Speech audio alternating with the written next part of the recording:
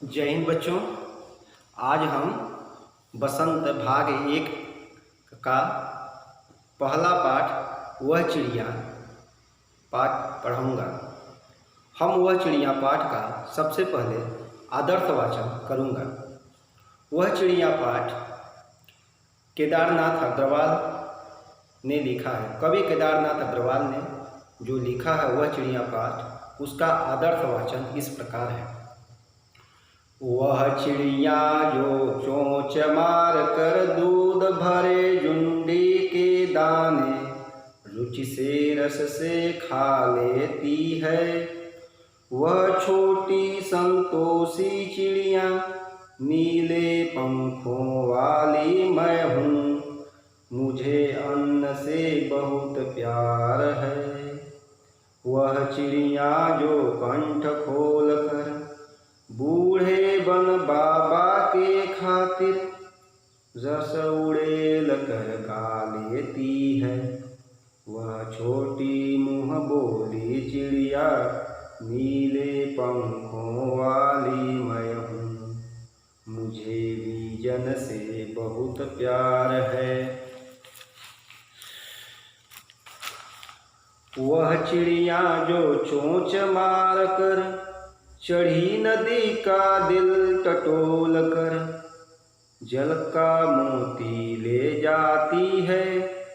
वह छोटी गर्वीली चिड़िया नीले पंखों वाली मैं हूँ, मुझे नदी से बहुत प्यार है, मुझे नदी से बहुत प्यार है। देखिए, इसमें कवि ने जो लिखा है वह चिड़िया पाठ। आइए सबसे पहले हम शब्दों का सरलीकरण करते हैं। कठिन शब्दों का निवारण पहले मैं करता हूँ। शब्द अर्थ।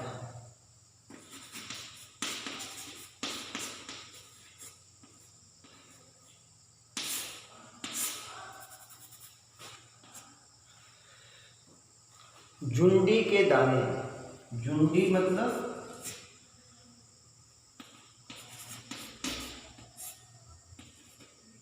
जुंडी के दाने। जुंडी के दाने का अर्थ क्या होता है? ज्वार के दाने। ज्वार क्या है? फसल होता है, ज्वार या बाजरा। ज्वार या बाजरा जरा के दाने। फिर उसके बाद रुचि मतलब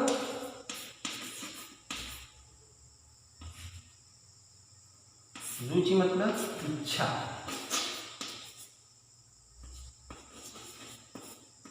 रुचि मतलब इच्छा। फिर उसके बाद अन्न मतलब अनाज। अनाज। फिर उसके बाद खातिर।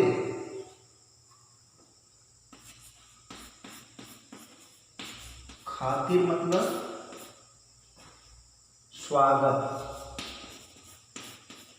स्वागत या इज्जत।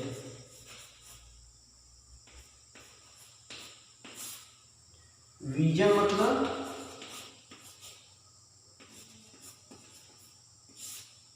सुनसान। सुनसान या एकांत।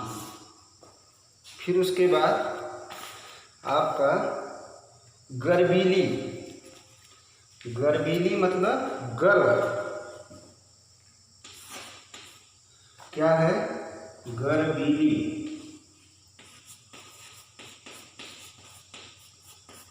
गर्वीली मतलब गर्व से। गर्व से।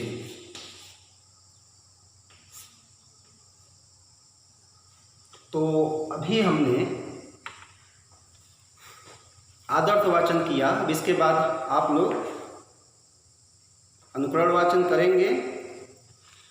पहले मैं आपको इसका सरलीकरण बताया कि शब्द जो दिया है कठिन शब्द है, यहाँ हम कठिन शब्द लिख देते हैं, कठिन शब्द। ठीक, तो यह कठिन शब्द है। जुंडी के दाने मतलब ज्वार या बाजरा के दाने, रुचि मतलब इच्छा से, अन्न मतलब अनाज, खातिर मतलब स्वागत या इज्जत, बीजन मतलब सुनसान या एकांत, गर्भीली मतलब गर्भ से। ठीक है, अब देखिए इसका हम संदर्भ प्रसंग व्याख्या बता रहा हूँ, आप लोग ध्यान से सुनिए। प्रस्तुत पद्यांश या प्रस्तुत काव्यांश हमारी पाठ्य पुस्तक बसंत भाग 1 के वह चिड़िया जो नामक पाठ से लिया गया है। इसके रचयिता या कवि केदारनाथ अग्रवाल जी हैं। यह क्या हो गया, यह संदर्भ हो गया। अब क्या आएगा, प्रसंग। प्रसंग में क्या होगा, प्रसंग में इस काव्यांश में या इस कविता में या इस पद्यांश में कवि केदारनाथ अग्रवाल जी चिड़िया के बारे में बता रहे हैं। चिड़िया के संतोष के बारे में, चिड़िया की प्रसन्नता के बारे में बता रहे हैं। क्या बता रहे हैं, आगे देखिए। कह रहे हैं, अब मैं उसे व्याख्या में बता रहा हूँ। ठीक है, अब देखिए कवि कह रहा है कि वह चिड़िया जो चोंच मारकर दूध भरे जुंडी के दाने रुचि से रस से खा लेती है, वह छोटी संतोषी चिड़िया नीले पंखों वाली मैं, मुझे अन्न से बहुत प्यार है। कवि कह रहा है कि वह चिड़िया जो चिड़िया है, जो आप लोग देखते हैं चिड़िया, यही चिड़िया, पक्षियाँ, ढेर सारी जो पक्षियाँ हैं, वह चिड़िया जो है वह चोंच मारकर, वह चोंच अपने छोटे छोटे चोंचों से मारकर, जो छोटे छोटे चिड़िया होती है, छोटी छोटी चिड़िया की बात कर रहा है, वो अपने क्या करते हैं, चोंच से अपने मारकर दूध भरे जुंडी के दाने, ज्वार में जब दाने लगते हैं, बाजरे में जब नए फल उसमें दाने लगते हैं, शुरू में तो उसमें दूध भरा रहता है, और उसे अपने चोंच से मारकर उस बाजरे के दाने को रुचि मतलब इच्छा से, रुचि मतलब अपनी स्वेच्छा से, अपनी इच्छा से प्रसन्न होकर रस से खा लेती है। और वह रस से खा लेती है, और रस मतलब आनंद के साथ, रस से मतलब आनंद के साथ खा लेती है। और वह छोटी संतोषी चिड़िया, वह चिड़िया, जिस चिड़िया का यहाँ कवि वर्णन कर रहा है, वह चिड़िया छोटी है, संतोषी स्वभाव की है, बहुत संतोष करने वाली है, उसे ज़्यादा किसी चीज़ की इच्छा नहीं होती है, वो बहुत दूर तक नहीं, बहुत कामना से बहुत दूर तक नहीं जाती है। वह कवि कह रहा है कि नीले पंखों वाली मैं हूँ, वह कह रहा है नीले पंखों वाली, वह चिड़िया जो है नीले पंखों वाली है। और कवि कह रहा है कि वह नीले पंखों वाली मैं हूँ, मुझे अन्न से बहुत प्यार है। कवि कह रहा है मुझे अन्न मतलब अनाजों से बहुत प्यार है। यह जो अनाज होता है, यह जो फसल होता है, उन फसलों से, अनाजों से बहुत प्यार है। प्यार मतलब प्रेम यहाँ वह चिड़िया करती है। इस प्रकार से चिड़ियाएँ नहीं, कवि यह भी बता रहा है कि जो वह नीले पंखों वाली चिड़िया मैं हूँ, और उसका मन रूपी चिड़िया, कवि अपने मन रूपी चिड़िया को भी बता रहा है, कहीं न कहीं बताना चाह रहा है कि मेरा मन रूपी जो चिड़िया है, मुझे भी अन्न से बहुत प्यार है। मैं उन जो दूध भरे जुंडी के दाने होते हैं, जब कच्चा दाना रहता है उसमें भरा, जैसे ज्वार के बाजरे में दाना लगते हैं, ज्वार में या बाजरे में दाना लगते हैं, थोड़ा सा पकता है, मतलब कच्चा ही रहता है, तो उसको भूज कर खाने में बहुत मज़ा आता है। कभी कह रहा है, या उसको लोग कच्चे भी गांव में बच्चे या सभी लोग उसे वैसे ही हाथ से मल कर उसका जो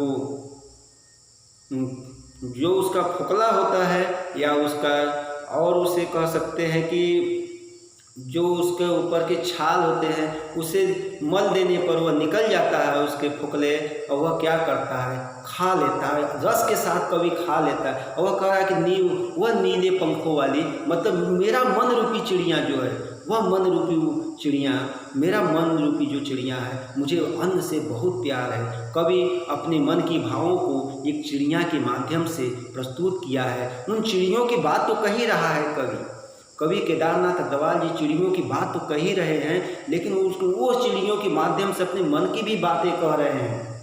और फिर उसके बाद वहाँ कह रहा है, वह चिड़िया जो कंठ खोलकर, कवि कह रहा है कि वह चिड़िया जो ये सब चिड़िया है। देखिए आप लोगों के जितने पेड़ पौधे हैं जंगलों में, चारों तरफ आप देखते होंगे छोटी छोटी चिड़िया रहती हैं, और वह कितने फुदुक फुदुक कर उड़ती हैं, गौरैया की तरह होती हैं। गौरैया ही समझिए, या गौरैया से भी छोटी एक चिड़िया होती हैं, नीले नीले रंग की, और वह फुदुक फुदुक कर उड़ती हैं। और वह जो है और क्या करती हैं, कवि कह रहा है, वह चिड़िया कंठ खोलकर बूढ़े वन बाबा की खातिर, वह कंठ खोलकर, कंठ मतलब अपने गला को खोलकर बूढ़े वन बाबा के खातिर। यहाँ बूढ़े वन बाबा क्यों कहा गया है? बूढ़ा वन बाबा इसलिए कहा गया है, वन बाबा के खातिर रस उड़ेल कर गा लेती है। रस उड़ेल कर, रस मतलब एकदम आनंद के साथ प्रसन्नचित होकर गा लेती है। यहाँ बूढ़ा वन की इसलिए कहा गया है कि कितने, वह जो वन है, वह जो जंगल है, कितने सालों से है, यह किसी को पता नहीं है, कितनी पीढ़ियाँ आती गई, और वह जो वन है उस वनों में वह क्या है, वह जो बूढ़ा वन बाबा है, वन का बाबा, वन बाबा। देखिए बूढ़े वन बाबा, वन के बाबा, जो वनों में जो निवास करते हैं वन बाबा, जंगल के देवता, जंगल के जो बाबा है, यहाँ जंगल के देवता के लिए आया है कि वह जो जंगलों के देवता हैं, वह जो जंगल है, न जाने कितने दिनों से, कितने पीढ़ियों से वह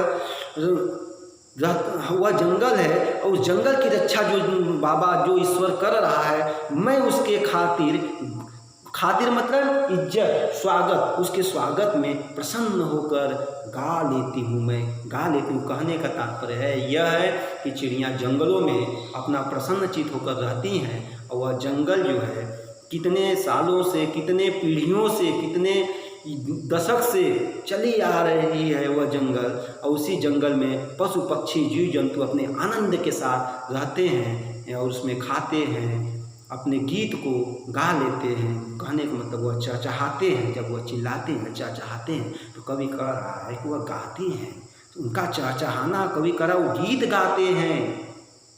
वह छोटी मुँह बोली चिड़िया नीले पंखों वाली मैं हूँ। कवि कह रहा है वह जो वो छोटी मुँह बोली चिड़िया, मुँह बोली जो मतलब मुँह बोली मतलब बोलती है, प्रेम करती है।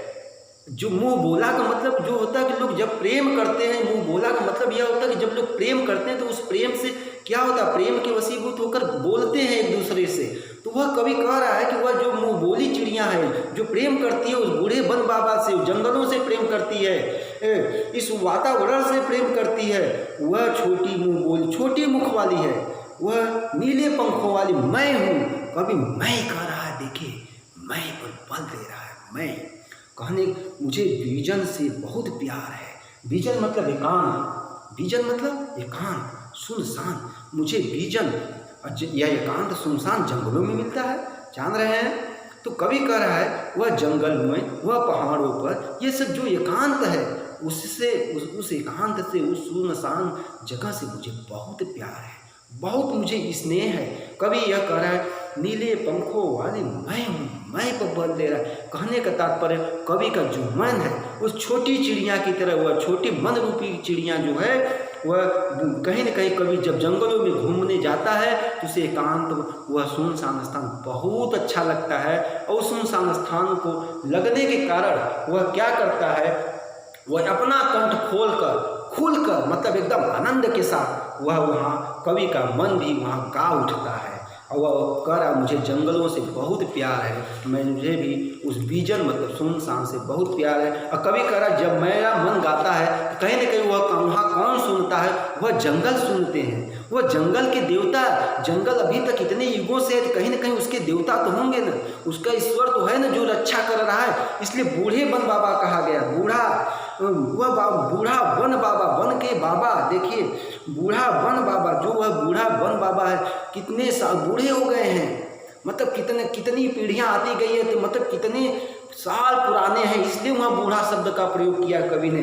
मैं जो गाता हूँ वह सुनता है, उसके खातिर मैं गा लेता हूँ। कहने का तात्पर्य है, कवि कह रहा है मैं भी जंगलों में जाता हूँ तो मुझे एकांत अच्छा लगता है, सुनसान अच्छा लगता है, मैं भी कुछ वहाँ गुनगुनाने लगता हूँ, मैं भी कुछ गाने लगता हूँ उस जंगलों में जाकर, उस एकांत स्थानों में जाकर।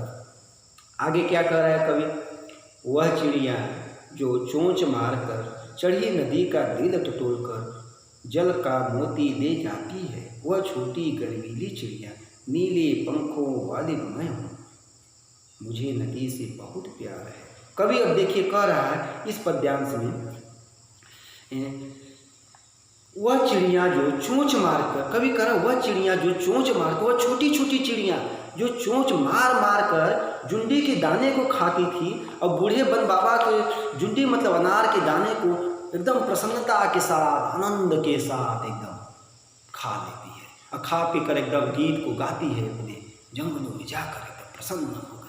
वह चिड़िया, कवि कह रहा है कि चढ़ी नदी का डिल टटोल कर, चढ़ी नदी मतलब नदियों में जब बाढ़ आ जाती है, जब नदियों में बाढ़ आ जाते हैं तो उस बाढ़ के आने पर चढ़ी नदी, जब नदियों में बाढ़ आती है तो बाढ़ आने पर चढ़ी नदी का दिल टटोल कर, दिल टटोलना से तात्पर्य यह है कि वह उस नदी के में जो जल का मोती ले जाती है, दिल टटोल कर मतलब उस स्वच्छ जल को, नदी में बाढ़ आने के बाद वह नदी एकदम भरी रहने के बाद वह उस स्वच्छ पानी को पीती है। कैसे पीती, जल का मोती ले जाती, टटोल कर, उसके दिल को टटोल कर, मतलब बीच नदी से, ये नहीं कि किनारे से, बीच नदी से वह उड़कर जाती है और पानी को मुँह चोंच में दबाकर उड़ जाती है, चोंच में लेकर। जल का मोती मतलब वह जल के मोती के समान, वह जल को जो जल मोती के समान चमकते हैं, बीच नदी से वह दिल, नदी का मतलब बीच नदी से, दिल कहाँ होता है व्यक्ति के, हृदय कहाँ होता है, बीच में होता है पूरे शरीर के, इसीलिए पूरे नदी के बीच से वह चिड़िया स्वच्छ जल को पीती है। इसीलिए कवि कह रहा है कि वह चढ़ी नदी का दिल टटोल कर जल का मोती ले जाती है, स्वच्छ जल को पी लेती है।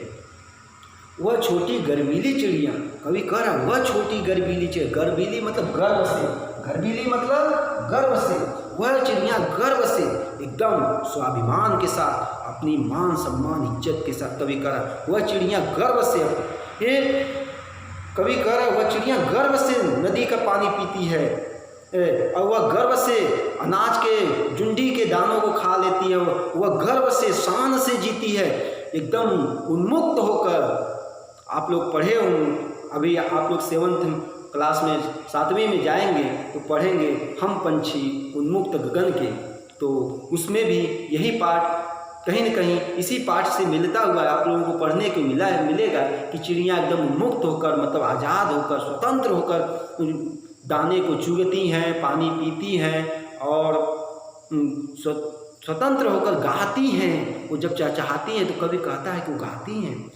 कवि आगे कह रहा है नीले पंखों वाली मैं हूँ, मुझे नदी से बहुत प्यार है। कवि कह रहा है वह नीले पंखों वाली, यहाँ नीले पंखों से तात्पर्य कवि का प्रसन्नचित मन से, जैसे आकाश नीला होता है तो आकाश का नीला होना क्या होता है, हरा भरा का प्रतीक है। धरती हरी भरी है तो धरती पर जल है तो जल का नीला होना मतलब प्रसन्नता से यहाँ प्रतीक है। कवि कह रहा है नीले पंखों वाली मैं हूँ, वह जो नीले पंखों वाली मैं हूँ, कवि मैं तो बल दे रहा है कि कहीं न कहीं वह उस चिड़िया के समान जो मेरा मन है, प्रसन्नचित मन है, मैं भी कहीं न कहीं नदी पर जाकर नदी के बीच से, देखते हैं गंगा नदी में लोग जाते हैं स्नान करते हैं, फिर गंगा नदी के बीच से पानी या नाव पर बैठ कर क्या करते हैं, बीच से पानी लेकर चले जाते हैं पीने के लिए। वो पानी को लोग पीते भी हैं, उसे पूजा पाठ के लिए भी रखते हैं। आप गंगा नदी एक पवित्र नदी है, आप देख सकते हैं।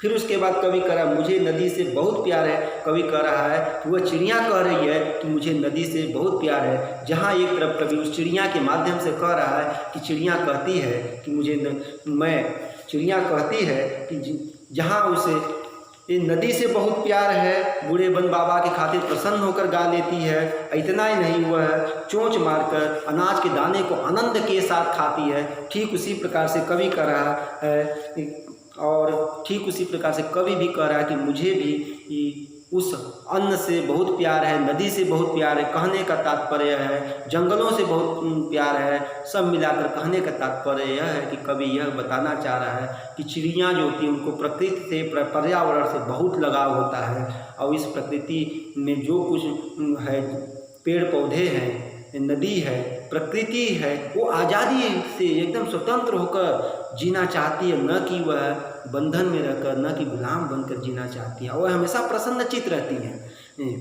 कवि ठीक उसी प्रकार से कह रहा है कि कवि कि मुझे भी उसी चिड़िया की तरह मेरा भी मन हमेशा प्रसन्नचित्त रहना चाहता है और मुझे भी इस प्रकृति के वस्तुओं से, इस प्रकृति से, प्रकृति की बात करेंगे तो हम पेड़ पौधे, पशु पक्षी, जीव जंतु, नदी, झरना, पहाड़ सब कुछ आ जाता है। तो ठीक उसी प्रकार से कवि को भी उस अनाज के दाना कभी भी खा लेता है, फिर उसके साथ उसे भी नदी से बहुत प्यार है, वह एकांत स्थान उसे बहुत प्रिय है, वह जंगलों में एकांत में जाता है पेड़ पौधों के बीच में, तो वह भी अपने मन की व्यथा को, जो उसके अंदर कुछ रहता है, वह गुनगुना लेता है, गा लेता है। इस प्रकार से कवि इस पाठ में बताया है। इस प्रकार से हमें इस पाठ से यह शिक्षा मिलती है कि हम लोगों को भी प्रकृति के वस्तुओं से प्रेम करना चाहिए। उस चिड़िया के माध्यम से हमारा मन भी बहुत चंचल, उसी चिड़िया के स्वभाव का है, चंचल स्वभाव का है, लेकिन हमें भी उन वृक्षों की रक्षा करनी चाहिए, वनों को बचा कर रखना चाहिए, जिससे पर्यावरण शुद्ध रहेगा,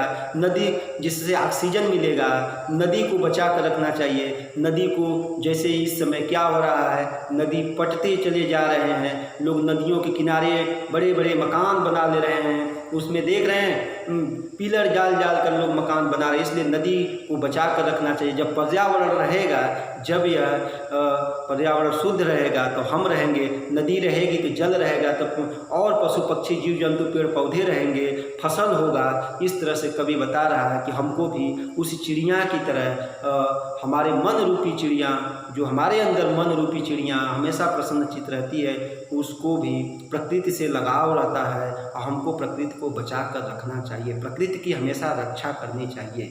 ठीक है बच्चों, आज मैं यह पाठ यहीं पर समाप्त करता हूँ, यहाँ पर ख़त्म हो गया।